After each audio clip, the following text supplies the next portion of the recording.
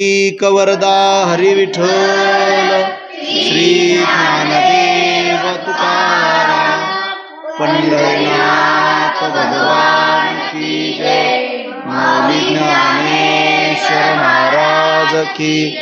श्रीमंत श्री जगद्गुरु तुकाराम महाराज की।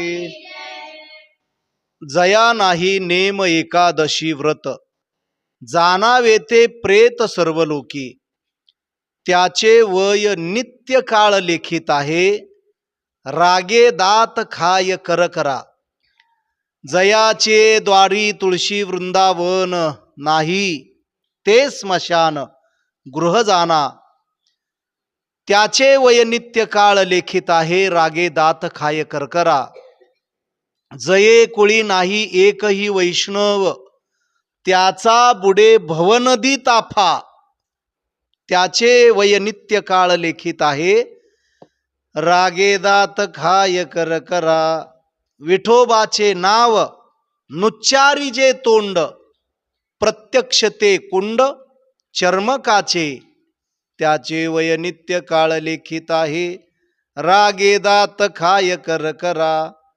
तुका म्हणे त्याचे काष्ट हात पाय, कीर्तना नवजाय हरीचिया, त्याचे वय नित्य काळ लेखित आहे, रागे दात खाय कर करा। खर तर या अभंगामध्ये विश्वमाऊली ज्ञानोबारायांचे परमप्रिय शिष्य श्रीमंत श्री जगद्गुरु तुकोबाराय काही महत्वाच्या गोष्टी सांगत आहेत।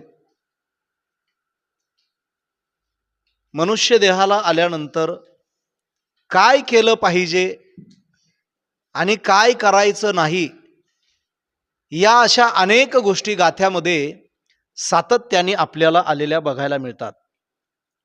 हा जो अभंग आहे, या अभंगामध्ये वारकरी संप्रदायामध्ये अत्यंत महत्त्वाच्या मानल्या जाणाऱ्या ज्या गोष्टी आहेत, त्या काही गोष्टींचं चिंतन आलेलं आहे। आपण जर बघितलं तर याच्यामध्ये एकादशी हा शब्द आलाय पहिल्या चरणात, बरोबर की नाही?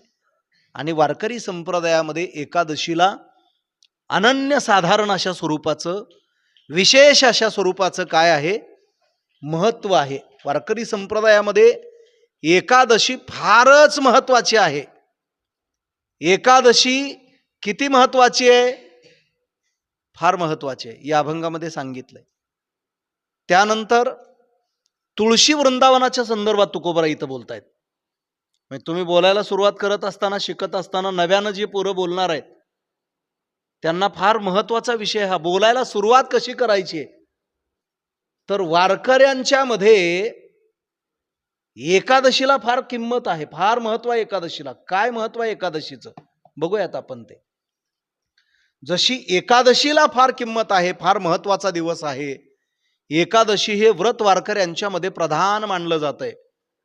आणि असं प्रधान मानलं जाणारं जे व्रत आहे एकादशी, हे व्रत, त्यासोबतच वारकऱ्यांच्या मध्ये अजून काय काय गोष्टी महत्वाच्या आहेत तर त्याच्यामध्ये तुळशी वृंदावनाचा संदर्भ तुकोबारायांनी इथं घेतलेला आहे। फार बोलणाऱ्या पोराला तर या अभंगावरती फार बोलता येईल। म्हणजे 2 नंबरच्या चरणामध्ये तुळशी वृंदावनाचा दाखला दिलेला आहे। 3 नंबरच्या चरणामध्ये महाराजांनी वैष्णवाच्या संदर्भात चिंतन केलेलं आहे। वारकरी शब्दाचा अर्थच काय? वैष्णव। वारकरी शब्दाचा अर्थ काय? वैष्णव। काय करतात वैष्णव? विष्णूची पूजा करतात, हे बऱ्याच वेळा सांगितलेलं आहे। आता वैष्णव ते जे विष्णूची पूजा करतात। आता वैष्णव हे विष्णूची पूजा करणारे आहेत, तर मग अजून कुणी आहेत का? हो आहेत ना। कोण आहेत अजून? त्याच्यामध्ये 2 नंबरला सौर कोणाची पूजा करतायत? सौर कोणाची पूजा करतात? सूर्याची पूजा करतात। सौर कोणाची पूजा करतात? सांगितलंय की, हे लिहून पण दिलंय। सौर हे सूर्याची पूजा करतात। नाही लक्षात आलं की माझं नाव बघायचं, लक्षात येतंय। मग दिस इज एटिकेट्स, कॉमन एटिकेट्स। लक्षात राहण्यासाठी काय काय एटिकेट्स असतात, त्याच्यामध्ये गुरुजींचं नाव आठवलं की सौर कोणाची पूजा करतात? सूर्याची पूजा करतात. सोपं आहे हे, बरोबर आहे की नाही? सौर सूर्याची पूजा करतात. मग अजून कोण? गाणपत्य. हा, गाणपत्य गणपतीची पूजा करतात. सौर सूर्याची, गाणपत्य गणपतीची, शाक्त देवीची, शाक्त शक्तीची पूजा करतात. आणि शक्ती कोण आहे? मग देवी आहे. मग शाक्त कुणाला म्हणायचं? जे देवीची पूजा करतात ते शाक्त. आणि राहिलं कोण याच्यामध्ये आता? शैव राहिले. शैव कुणाची पूजा करतात? शंकराची पूजा करतात. हे 4 प्रकारचे पूजक आहेत. आणि यात 5वा महत्वाचा पूजक आहे, ज्या परंपरेचं आम्ही वहन करतो, आम्ही ज्याचा वसा घेतलेला आहे, आम्ही ज्याचा वारसा घेतलेला आहे, ते कोण आहेत? मग वैष्णव आहेत. ते कुणाची पूजा करतात? विष्णूची. विष्णूची म्हणजे पांडुरंगाची. 3ऱ्या 4थ्या चरणामध्ये वैष्णवांचा संदर्भ दिलेला आहे. आणि पुढच्या चरणामध्ये या सगळ्या अनुषंगाने काही गोष्टी सांगत सांगत महाराज कीर्तनाचं महत्व प्रतिपादन करतायत. फार महत्वाचा अभंग आहे. कीर्तनात या अभंगाचा संदर्भ देऊन जर चालायचं झालं तर निषेधात्मक अभंग आहे हा. म्हणजे काही अभंग विधिमुखानं असतात. असं करा हे जे सांगितलं जातं त्याला विधिमुख असं म्हणतात. म्हणजे असं असं वागायला सांगितलेलं आहे, असं असं वागा. संतांनी सांगितलं असं असं वागा. आता मी सांगतो असं असं वागा. हे वागायला जे सांगितलेलं आहे, वाघाला नाही, वागायला, हे जे सांगितलेलं आहे याला विधिमुखानं सांगणं असं म्हणतात. असं करा, एकादशी करा, कपाळाला गोपीचंदनाचा गंध लावा, बुक्का लावा, दुसऱ्याला बुक्का लावू नका, दुसऱ्याला गंध लावू नका. आता तो गंध शब्दशः अर्थ वेगळा आणि हा अर्थ वेगळा. पण वारकऱ्यांच्या मध्ये विधिमुखानं ज्या गोष्टी सांगितल्या जातात त्या असं करा, असं वागा, त्याला विधिमुख म्हणतात. आणि असं वागू नका त्याला निषेधमुख म्हणतात. कळलं का तुम्हाला? विधिमुख आणि निषेधमुख जरा ध्यानात द्यायचं, लक्षात येते तुमच्या. विधिमुखानं काही तुम्हाला करायला सांगितलेलं आहे, ते केलं पाहिजे. ते कुणी सांगितलंय? ती कुणाची आज्ञा आहे? आज्ञा कुणाची आहे? ती आज्ञा कुणाची आहे? अहो, ती प्रत्यक्ष देवाची आज्ञा आहे ना. प्रत्यक्ष देवाचंच म्हणणं असं आहे. देवानं सांगितलंय, देवाचंच म्हणणं आहे. इथं आपल्या समोर जो गाथा आहे त्याचं नाव काय आहे? वैष्णव वेद. वारकऱ्यांचा वेद. वेद शब्दाचा अर्थ काय? श्रुतीशास्त्र, वेदशास्त्र, प्रमाण, श्रुतीचे वचन. काय करा म्हणतात ते? एक नारायण सार जप. जपा म्हणतात त्याला. तुम्ही कळतंय की तुम्हाला? सोपं करून सांगितलं तुम्हाला मी. विधिमुखानं म्हणजे असं असं वागणे आणि निषेधमुखानं म्हणजे असं असं वागू नये. हे जे सांगितलं जातं ते एक विधिमुख आहे आणि दुसरं निषेधमुख आहे. एक आहे ते विधिमुख आणि दुसरं आहे ते निषेधमुख. अर्थातच या अभंगामध्ये ज्या गोष्टी तुकोबारांनी सांगण्याचा प्रयत्न केलेला आहे ते खरं तर आपण वागायला पाहिजे या अनुषंगानंच त्यांचं बोलणं आहे. जरा नीट लक्ष देऊन ऐका, इतर गोष्टी करू नका, बोलण्याकडे लक्ष द्या. ही 2 पोरं सारखंच गाथ्यामध्ये डगडग करतायत काहीतरी. बोलण्याकडे लक्ष द्या, बोलण्याकडे लक्ष द्या. महत्वाचं बोलणं आहे. या अभंगामध्ये तुकोबारांनी सांगितलं, म्हणजे आम्हाला एकादशी करा हे सांगितलेलं आहे, तरी परंतु काही एकादशी अवलादी करत नाहीत. बरोबर आहे की नाही? काही अवलादींकडून एकादशी घडत नाही, करतच नाही. ते घडत नाही असं नाही, करतच नाही, इच्छा नसते त्यांची. एकादशीला एक जण वडापाव खात होतं, फास घेतला आणि मेलं. ते एकादशीला वडापाव खात होतं. एक जण एकादशीला करंजीच खात होतं, चातुर्मासात राहिलेलं. आम्ही सोबत होतो त्यांच्या. म्हणजे उपवास करताना कुठल्या पद्धतीने, एक काय तुझा जीव जातो एका दिशे. महाराजांनी लिहिलं, एक दिवस नाही खाल्लं म्हणजे तुझा काय जीव फिव जातो का काय? फराळाच्या मिशे धनी घ्यायची, फराळ खातो एक दिवशी सुद्धा तू. एकादशीला फार महत्व आहे बरं का. ऐका, महाराज सांगतात एकादशी केली पाहिजे. हे अनेक अभंगामध्ये महाराजांनी सांगितलंय. आणि काही अवलादी करताना दिसत नाही, तेव्हा महाराजांना त्रागा झालाय त्या गोष्टीचा. त्रागा झाला म्हणजे काय झालं, राग यायला लागला. आणि मग काय ह्या लोकांना किती सांगू तरी नायकती बटकीचे पुढे शिंदळीचे रडतील, हे तुकोबारायांची भाषा आहे. महाराजांनी लिहिलं, जया नाही नेम एकादशी व्रत. अरे ज्याच्याकडं एकादशीचा नेम नाही, एकादशीचं जो व्रत करत नाही, त्याचे जाणावे ते प्रेत सर्व लोकी. ते प्रेत आहे म्हणतात तुकोबराय. आणि प्रेत कोणाला म्हणतात? तुमच्या भाषेत डेड बॉडी. डेड बॉडी म्हणजे ज्या शरीरामध्ये जीव उरलेला नाही, ज्या शरीरामध्ये प्राण उरलेला नाही, ती बॉडी कशी आहे? प्रेत आहे ते प्रेत. बरोबर आहे ना? माणसं म्हणतात तुझा प्रेताला आता काय करा, प्रेताला मुखाग्नी द्यायचा आहे, प्रेत उचला, बॉडी उचला, आता वेळ वाट बघू नका. म्हणजे एकदा का शरीरातून जीव निघून गेला, शरीरातून प्राण निघून गेला की ते काय होतं त्याचं? ते शरीर बॉडी होते, ती बॉडी. आणि त्यातल्या त्यात नुसती बॉडी नाही तर ती डेड बॉडी होते. आणि एकदा का ती बॉडी डेड झाली की माणसं त्याच्याविषयी फार काय खेद खंत करत नाहीत, रडतात थोडंसं. काही ना रडू येत नाही तरी रडतात, नाही नाटक करतात काही जण. महाराजांनी सांगितलं, मोले घातले रडाया. कोणीतरी त्या दिवशी ऐकलं, कुठं ऐकलं काय माहिती एवढं, पण हिथं सांगितलं काय, मोले घातले रडाया. मोले घातले रडाया म्हणजे काय?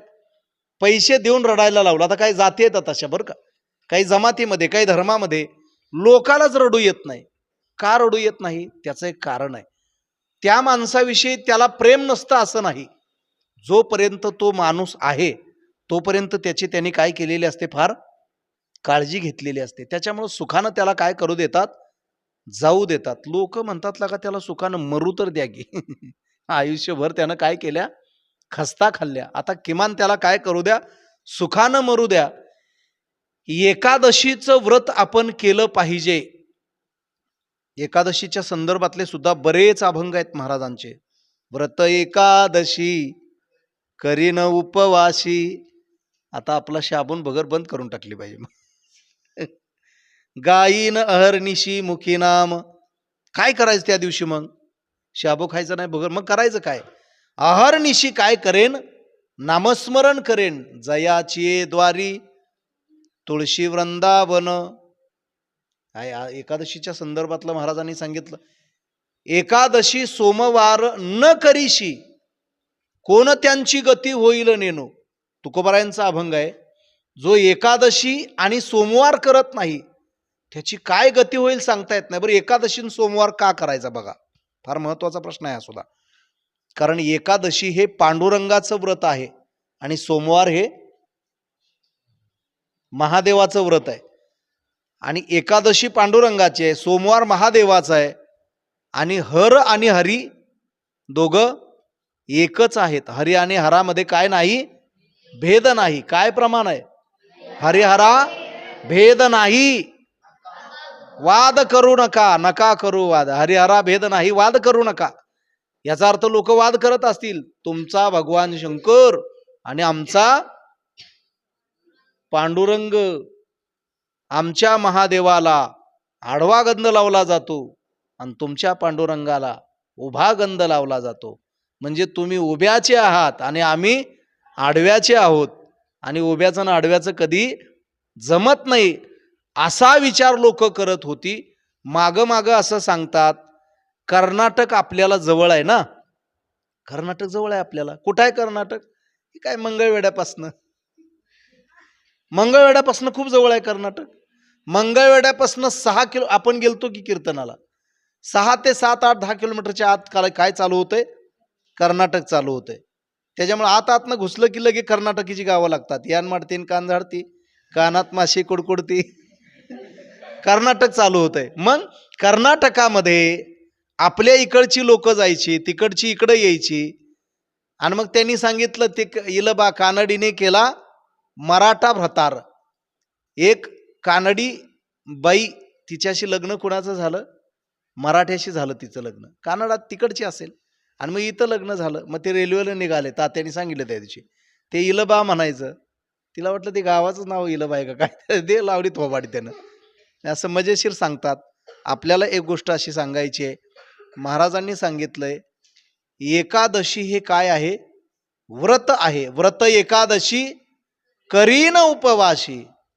आणि दुसरा एक अभंग संदर्भ आपल्या समोर आलेला होता. एकादशी सोमवार न करीशी कोण त्यांची गती होईल नेनो. त्या कर्नाटकामध्ये भगवान शंकरांचे भक्त खूप आहेत. आपण आता कर्नाटकात का गेलो? शैव आणि वैष्णव बघत होतो ना. शंकर आणि भगवान, मग तिथं उभ्या गंधवाले नव्हते, तिथं कसे होते? अजूनही भगवान शंकराचं प्राबल्य खूप आहे तिकडं. कर्नाटक म्हणलं की भगवान शंकर, हर हर भोले नमः शिवाय. आत्ता वारकरी पण खूप आहेत तिकडं, परंतु अगोदरपासून सुद्धा भगवान शंकरांची मंदिरं म्हणा किंवा भक्त तिकडं वारकरी शैव खूप आहेत तिकडं. आणि मग पंढरपुरामध्ये वैष्णव आहेत. महाराष्ट्रात वैष्णव आहेत. मराठवाडा सगळा वैष्णवांचा आहे ना. तुम्ही पुणे जिल्ह्यात जावा, ज्ञानोबा तुकोबा वैष्णव. पैठणला जावा, एकनाथ महाराज वैष्णव. अलीकडे परभणीला या, आपल्या गुरुजींच्या गावी वैष्णव नामदेवराय. इकडं पुन्हा कुठं जा, अजून कुठं जा तुम्ही, कोल्हापुराकडे जा, कुठंही जा, तुम्हाला सांगतो तिकडं काय आहेत. कोल्हापुराकडे कोण आहे? बाळूमामा. आता बाळूमामा आहे तो, पण अगोदर कोल्हापुराकडं एक मोठी गादी होती. ती सुद्धा कोणाची गादी होती? वैष्णवांची, वारकऱ्यांचीच गादी. कोल्हापुराकडनं कितीतरी दिंडे येतात की. आपेगावामध्ये आता आपण जाणार आहोत सहलीला. त्या आपेगावामध्ये ज्ञानोबरायांचा जिथं जन्म झाला, त्या तिथं जे पूजा करत आहेत विष्णू महाराज कोल्हापूरकर. हे विष्णू महाराज कोल्हापूरकर यांची मूळची गादी कुठली आहे? कोल्हापूरचीच आहे. हे सांगायचं कशासाठी आहे? तर सगळ्या सबंध खानदेशात नाही तिथून वारकरी आहेत सगळे. आणि मग महाराष्ट्रभर संपूर्ण तुम्हाला सांगतो, केवळ महाराष्ट्रच नाही तर उत्तर प्रदेशातून सुद्धा वारकऱ्यांचा ओढा खूप आहे. संत कबीरजी कोण आहेत? वारकरी आहेत ना ते. मग आले कशाला पंढरपूरला? वारकरी आहेत म्हणून तर आले की. सगळ्या जातीचे संत या पंढरपुरामध्ये येत आहेत. महाराजांनी एकादशीचं अनन्यसाधारण अशा स्वरूपाचं काय सांगितलेलं आहे, महत्व सांगितलेलं आहे. आपण तो अभंग पुन्हा एकदा बघायचा. पंढरीची वारी आहे माझे घरी. माझ्या घरी कुठली वारी आहे? पंढरपूरची वारी आहे. काहींच्या घरी असते मल्हारीची, माझ्या मल्हारीची वारी, बरोबर आहे की नाही? काहींच्या घरी मल्हारीची वारी असते, काहींच्या घरी आई राधा उद उद अंबाबाईची वारी असते, बरोबर आहे की नाही? दारामध्ये ती आराधीन येते, ती काय म्हणत असते? ती जोगवा मागत असते ना, अंबाबाईचा जोगवा, यल्लम्मा देवीचा जोगवा. ती जोगवा मागत असते. मी जोग शब्दाचा अर्थ वसा असा केला एक जागी, आणि तो आमच्या ग्रंथातच केलाय. जोग शब्दाचा अर्थ वसा, वारसा. तर तो चालवणं, ती वसा चालवते ना. आमच्या लिंगोबाची जी आरती आहे त्याच्यामध्ये 2 आरती आहेत. एक आरती सकाळी गायली जाते, जी पोरं सप्त्याला राहिली होती त्यांना ठाऊक आहे गेल्या वर्षी. एक आरती सकाळी गायली जाते आणि एक आरती संध्याकाळी गायली जाते. सकाळी जी आरती गायली जाते ती संध्याकाळी नसते, आणि संध्याकाळी गायली जाते ती दोन्ही आरत्या वेगळ्या वेगळ्या असतात. दोन्ही आरत्या वेगळ्या वेगळ्या असतात. म्हणजे या ज्या काही आरत्या आहेत ते त्यातली एक जी आरती आहे ती जयपुत्रा जोगीन नावाच्या बाईनं लिहिलेली आहे. ताडमाड धोग तंगीन जयपुत्रा जोगीन हर हर महादेवा असं ते म्हणत असतात तिथं. तर ह्याचा शोध आम्ही लावला पहिल्यांदा. ही कुणी लिहिली? लोक म्हणत राहत नुसती. तर ही जयपुत्रा जोगिनीनं लिहिलेली हे आम्ही ग्रंथात लिहिलं. मग लोकांना ही जयपुत्रा जोगीन कोणतं होती बघा, असं लक्षात आलं. ते म्हणजे शोध घेता आला पाहिजे माणसाला. बघा, हा अभंग अत्यंत महत्वाचा आहे. महाराजांनी सांगितलं, खरं तर वारकऱ्यांनी आणि सगळ्यांनीच जे जे महाराष्ट्रात आहेत, पंढरपुरात आहेत, नाही मनुष्य देहाला आलेले आहेत, त्यांनी एकादशी केली पाहिजे. नाही, केलीच पाहिजे एकादशी. महाराज सांगतात, जया नाही नेम.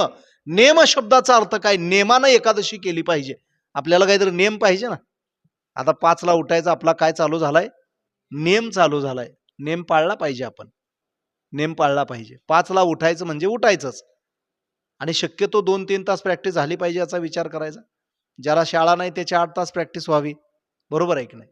जया नाही नेम, ज्याला नेम नाही, महाराज सांगतात जया नाही नेम एकादशी व्रत. एकादशी व्रताचा नियम. व्रत एकादशी करीन उपवाशी.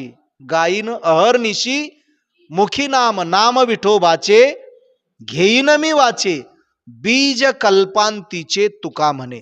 ऐका, महाराजांनी सांगितलं, जया एकादशी व्रत नेम नाही, ज्याचा एकादशी व्रताचा नेम नाही, तो जाणावे ते प्रेत सर्व लोके. ते प्रेत आहे असं म्हणतात. आता त्याचं सुतक फाळा मग तुम्ही. जो एकादशी करत नाही तो मेलेला आहे म्हणतात तुकोबर आहे. मी चालता बोलता मुडदा आहे म्हणलं तर तो हरकत नाही. महाराजांचं म्हणणं आहे बरं काय, आपला काही हे नाही. जाणावे ते प्रेत सर्व लोके. तो कुठेही जरी गेला तर तो मुडदाच आहे म्हणतात. मुडदा म्हणजे प्रेतच की, ज्याच्यातनं जीव गेला त्याला मुडदा म्हणतात. प्रेत आणि मुडदा काय वेगळा आहे का? तो मुडदाच आहे म्हणतात, जो एकादशी करत नाही. आपल्यामध्ये कोण आहे एकादशी न करणार? एकादशी केली पाहिजे बरं का, एकादशी केली पाहिजे. जाणावे ते प्रेत सर्व लोके. जो एकादशी करत नाही तो प्रेतवत आहे. सर्व लोके म्हणजे कुठेही जरी गेला तो तरी तो प्रेतच आहे. तुम्ही म्हणसाल मसनात गेला, प्रेतच आहे ना मग तो. मसनात कोण जात आहे?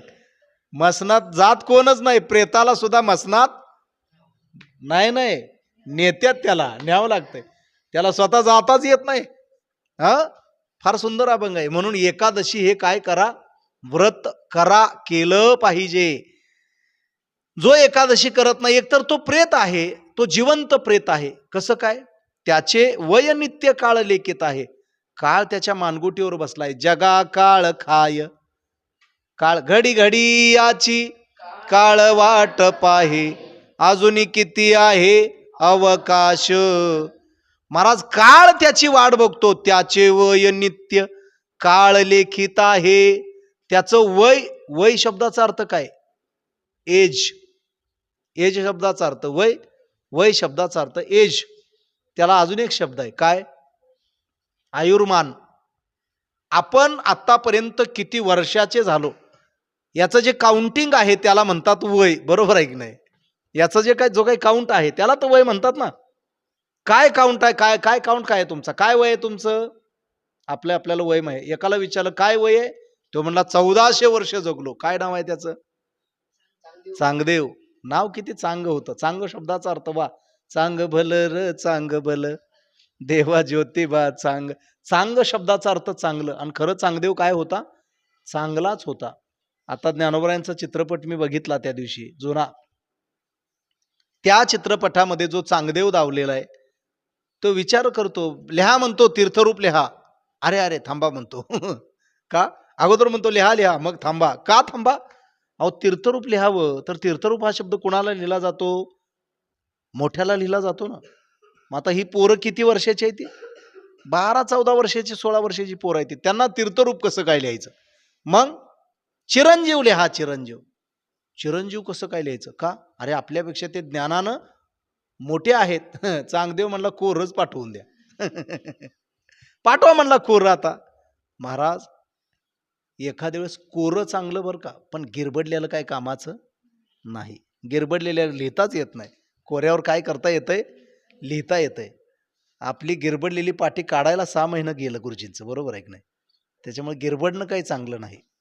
आपली पाटी जर कोरी असेल तर कोऱ्या पाटीवरती आपल्याला चांगली अक्षरं काय करता येतात? उमटवता येतात, ठळक लिहिता येतात. म्हणून आपण कोरं असलं पाहिजे. चांगदेव कोरा होता आणि कोऱ्या चांगदेवाला घडवलं किती सुंदर पद्धतीनं. त्याच्यासाठी 65 ओव्या लिहिल्या. त्याचंच नाव काय आहे? चांगदेव 65. चांगदेव सोपा नव्हता. निळोबारायांचा गाथा बघा तुम्ही. माझ्या डोक्यात आहे निळोबारायांच्या गाथ्याचं पारायण करायचं आपण. चांगदेवाच्या संपूर्ण चरित्राचा मागोवा निळोबारायांनी घेतलाय. मस्त राहत होता तो, योगी होता. वाघ त्याच्या पुढे नमस्कार घालत यायचा. वाघ, हा वाघ नाही. वाघ नमस्कार घालत यायचा. कोणाच्या पुढं? चांगदेवाच्या. आणि हातामध्ये त्याच्या चाबूक असायचा. कशाचा? साप चालला होता, उचलला त्यानं चाबूक म्हणून. एवढा जबरदस्त तो चांगदेव होता. काळावरती त्याची सत्ता होती. असं सांगतात त्याचे काही शिष्य पण होते. काही पट्टी होते आणि काही पेन्सिल होते. त्याचे वय नित्य काळ लेखित आहे. जो एकादशी करत नाही त्याचं वय कोण काउंट करतो? काळ काउंट करतो. बर. आणि मग त्याला राग येतो. कुणाला? काळाला. राग आला की तो दात खातो. रागे दात खाय कर करा. काही पोरं झोपीत दात खातात. ते तुम्ही ह्याचा पिक्चर बघितला, एक पिक्चर आहे बघा, या या या या या या करतात. आहे का नाही, झगड्या रामोशी. कुठला पिक्चर आहे? झगड्या रामोशाचा पिक्चर फार सुंदर आहे. झगड्या रामोशी आहे की नाही? हा हा हा. तर त्यो रागे दात खाय करकरा. करकरा रागानं दात खातो. काळ आपल्यावरती नाही, जो एकादशी करत नाही त्याच्यावरती. पुन्हा महाराजांनी सांगितलं, जयाची द्वारी. सोन्याचा पिंपळ नाही, जयाची द्वारी तुळशी वृंदावन नाही. आता इथं मध्ये दंड दिलेला आहे, बरोबर आहे नाही? जयाची द्वारी तुळशी वृंदावन नाही. ज्याच्या दारामध्ये तुळशीचं वृंदावन नाही. आपल्या दारात आहे का? हो आहे. तुळशी आहे, वृंदावन सुद्धा आहे. ज्या दारामध्ये तुळशी वृंदावन नाही ते घर घर नाही, तर ते घर काय आहे? स्मशान घाट. स्मशान आहे, स्मशान. आणि स्मशानात काय असतं मग? मुडदे असतात, मुडदे. वरच सांगितलंय महाराजांनी. म्हणून आपल्या दारामध्ये काय असली पाहिजे? तुळस असली पाहिजे दारामध्ये. गळ्यामध्ये तुळशीची पवित्र माळ असली पाहिजे. कुणाकुणाच्या नाही. बर, घातली परंतु कुणी कुणी दिला नाही. बरोबर आहे की नाही? असो, समजने वाले को इशारा काफी है. रागे दात खाय जयाचे द्वारी तुळशी वृंदावन नाही. ते घर घर नाही, तर ते घर काय आहे? स्मशान आहे. गृह शब्दाचा अर्थ काय? गृह शब्दाचा अर्थ घर. महाराजांनी पुढे सांगितलं, जये कुळी नाही, ज्या कुळामध्ये नाही एकही वैष्णव, एकही वारकरी नाही, त्याचा बुडे भवनधी तापा. त्याच्या घरात लेकरच होत नाही. पुढे जाऊन त्याचा भवनदी तापा काय होतो? बुडतो. भव शब्दाचा अर्थ संसार. त्याचा संसाराचा ताफा बुडून जातो. तापा शब्दाचा अर्थ काय? सगळा सरंजाम मिळूनच असतो. लोक म्हणतात, कुठं निघालाय तापा सगळा, म्हणतात लोक. तापा कळला की तुम्हाला? त्याचा बुडे भवनदी तापा. हा जो तापा आहे तो त्याचा सार्थक काय होतो? बुडतो. बुडतो. कुठं बुडतो? बुडून जातो. महाराजांनी सांगितलं, जे नाव विठ्ठलाचं तोंड घेत नाही, विठोबाचे नाम नुच्चारी जे तोंड. नुच्चारी, क्या बात आहे. नुच्चारी न उच्चारी. हे असे शब्द मजेशीर आहेत तुकोबारायांचे. नुच्चारी. अजून एक एक सांगा बरं जरा. नुचले, नुजडे, नुघडे, नुच्चारी न उच्चारी, नुचले न उचले. काय काय जण असतात भजे उचले. असतात की नाही? मला वाटतं तेच गेले. नुचले न उचले. पुढं काय? नारडे. नारडे ना आरडे. ना आरडे. नारडे तरी काय, नुजडे कोंबडे. आरडणं वेगळं, ना आरडे. नारडे. कोंबड आरवलं नाही, आरडलं नाही म्हणतात ना. कोंबडं आरडायला लागलं म्हणतात लोक. जसा आहे तसा शब्द महाराजांनी वापरलाय. कोंबडं जर आरडलं नाही तर दिवस उगवायचा राहतो का? नाही. कोंबड्याचं नरडं दाबलं असेल कुठेतरी, दिवस उघडतोच ना. नारडे तरी काय, नुजडे कोंबडे. कोंबडं ओरडलं नाही म्हणून काय दिवस उगवायचा राहतो का? हा प्रश्न महाराज विचारतायत. बघा बरं का, फार सुंदर महाराजांनी लिहिलं. नुच्चारी न उच्चारी. याचा अर्थ हरिनाम उच्चारी. हरिनामाचा उच्चार केला पाहिजे. जरा उच्चार शब्द असलेली काही प्रमाण दिसली तर बघा बरं जरा. हरि उच्चारणी अनंत पाप राशी. काय फायदा आहे त्याचा? अनंत पापाच्या राशी जातील लयाशी. क्षण मात्रे जातील लयाशी. ज्या वाणीतून देवाचं नामाविन मुख सर्पाचे ते बिळ. जीवाणू हे काळ सर्प आहे. काळ सर्प आहे म्हणतात तो. म्हणून विठोबाचं नामस्मरण केलं पाहिजे. रामकृष्ण हरी, रामकृष्ण हरी, असं बराच वेळ चाललं पाहिजे. काय न वाटलं चालतंय तासभर आता रामकृष्ण हरी. हा वा, हरी बोला नाही तरी आबोला. बोलायचंच आहे तर बोलू ऐसे बोले, जेने बोले विठ्ठल डोले. जास्त जामन खाल्ल्यावर माणूस डोले तसं. बरोबर आहे की नाही. विठोबाचे नाम उच्चारी जे तोंड, प्रत्यक्ष ते कुंड चर्मकाचे. आपण चपला आणतो चर्मकार बांधवाकडनं, ते कातडं भिजू घालतात. दगडाची एक तिथं कुंड असतं, कुंड. त्या कुंडामध्ये ते कातडं भिजू घालतात. ते कातडं किती स्वच्छ आणि सुंदर असेल, तसं तोंड आहे म्हणतात ते. कुणाचं? नामस्मरण न करणाऱ्याचं. म्हणून नामस्मरण केलं पाहिजे. बघा, विठोबाचं जे नाव तोंड घेत नाही ते चर्मकाचं कुंड आहे म्हणतात. चर्म कळाला का? अहो चपला बांधतात ते बांधव चर्मकार बांधव. बघा, शेवटी महाराजांनी लिहिलं, तुका म्हणे त्याचे काष्ठ हातपाय कीर्तना नवजाय हरीचिया. जो हरिकीर्तनाला जात नाही, याचा अर्थ हरिकीर्तनाला जात नाही, नर्तनाला जात असेल. बरोबर आहे की नाही? बरोबर आहे की नाही? अहो ती नाईक ती होतीच ना तिथं कोणतरी महाराजांच्याकडं, ते सालो मालोनी पाठवलेली. सालो मालो मजेशीरच कॅरेक्टर. मग महाराज म्हणले, जाई होतो माते नकरी सायास, आम्ही विष्णुदास नोहे तैसे. ती पाठवलेली होती ना. महाराज ऐका, तुका म्हणे त्याचे जो कीर्तनाला जात नाही त्याचे पाय पाय नाहीत. काष्ठ शब्दाचा अर्थ लाकडा आहेत म्हणतात तुकोबर. मग काय, लाकूडच आहे. काष्ठ शब्दाचा अर्थ काय? लाकडं, लाकूड.